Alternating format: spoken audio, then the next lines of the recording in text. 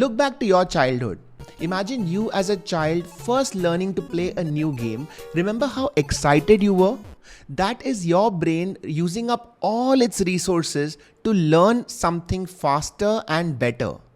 So, how can you today use this incredible power that your brain has to fix the problems that you have in your life right now?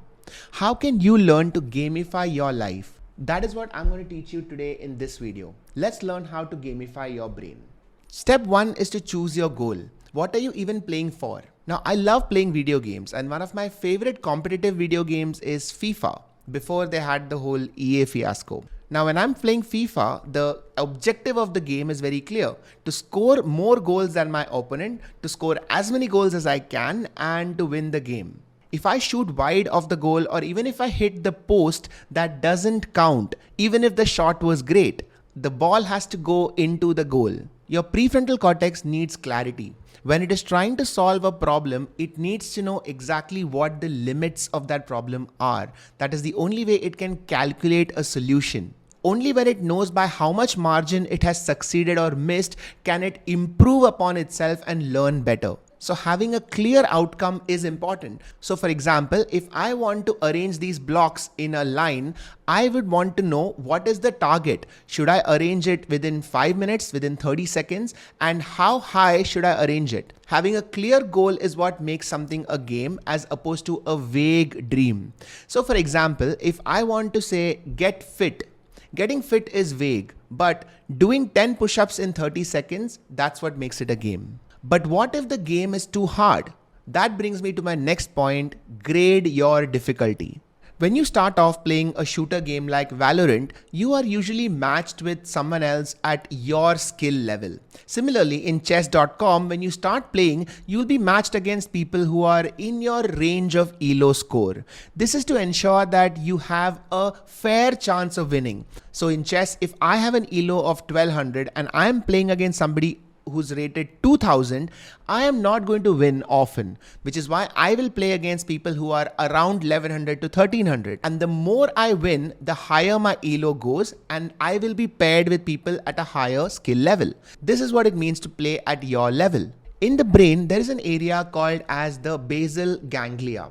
Now, in the basal ganglia is the striatal loop. Now, when you play a game that is too hard for you, which means you are not winning enough, you are not getting enough dopamine positive feedback, which means it is too hard, which means you will stop playing, which is why you need to adjust the difficulty of the game so that you are winning at least 3 to 4 times from every 5 attempts. Remember, if the game becomes too easy, you'll be bored. If the game is too hard, you will panic. You need to win just the right amount of time so that you can be in flow state. So if you want to write a book, don't aim to finish the book in 1 week. Instead, aim to finish, say, 200 words each day. And if you can do that successfully for 5 days, then increase the game difficulty to 500 words a day. But how do you know if you're progressing in the game? That brings me to step number 3, which is measure your growth. When I started playing the game Diablo 2, I was obsessed with it. I chose the character Barbarian, and initially all I had was a wooden axe that dealt a damage of 5 to 13. It was barely enough to kill the first few monsters that came in my way. But as I kept playing, my skill levels increased, my experience points went up, and I started getting better and better weapons. My character went from level 1 to level 20, 30. I eventually ended up with a level 76 barbarian. I was very proud of that character because I could see the growth. I could see what it is now capable of, and every time I went back to an earlier level, it was way too easy for me. That character arc, knowing where I started from and how far I have come, helped create that narrative. I became a winner in my head because I can see that growth. That sort of visible, measurable growth is a key part of being a good gamer. In the brain, there's an area called insula and the default mode network. This is how your brain perceives itself. That is where your inner narrative plays out. So the story that you tell yourself about yourself is important when the game gets hard. And that is why the more you measure your progress, the easier it is for you to believe that you are somebody who can win further games. So suppose if you start playing football, Now, say the first 2 weeks, you are just playing football because you like it. But eventually, after 3 months, 4 months of playing football regularly, suddenly your identity has changed and you start thinking of yourself as a footballer. That is what visible growth does to you because it changes your inner narrative. But should you only play to win? That brings me to point number 4, which is finding the glee in games. If you play any game long enough, something magical happens. You start enjoying the game itself. You're not just waiting for that final point or that final boss fight. You start enjoying the game as you are playing it. For example, when you're playing Tetris, every time a block fits in perfectly, you get a sense of thrill. And when I play tennis in real life, I'm of course playing to win. But I'm also enjoying each time the ball hits the racket. The sound that the ball makes when I hit a forehand smash or a backhand slice, I'm loving the game. And that is what happens when you start finding the joy in the game. But I believe that this only comes after you've played the game enough and you've experienced the joy of winning. In the brain, in the basal ganglia, the ventral striatum lights up with a dopamine spike every time you do something that you identify with. It gives you a sense of joy. And ultimately, that is what we are looking for when we are playing the game. So say if you're a video editor and the process of editing itself becomes a fun, meditative, rhythmic process for you, then you're not really doing it to complete a project. You're doing it because you like doing it.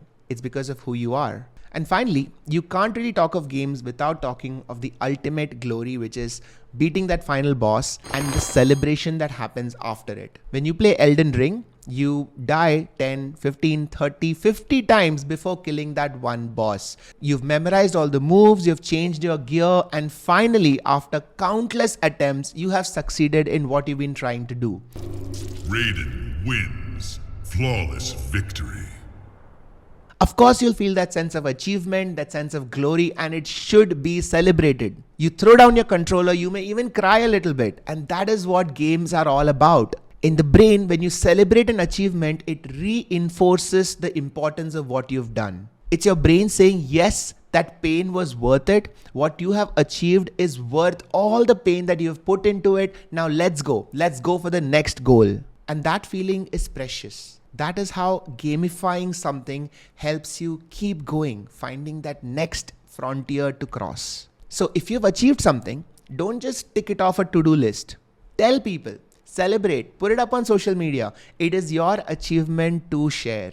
If you have beaten the boss of your quest for today, own it, celebrate it. See, here's the thing about games. They give your brain a sense of safety to experiment, to explore. Because you can quit, you can walk away, and because of that, you don't want to. You want to keep trying until you get the answer. Because it turns out that in life, the best approach is not to grind, but to game. And if somebody asks you, aren't you worried about the future, how things are going to go, you can try using Thomas Crown's line, it's just a game, love. Cheers.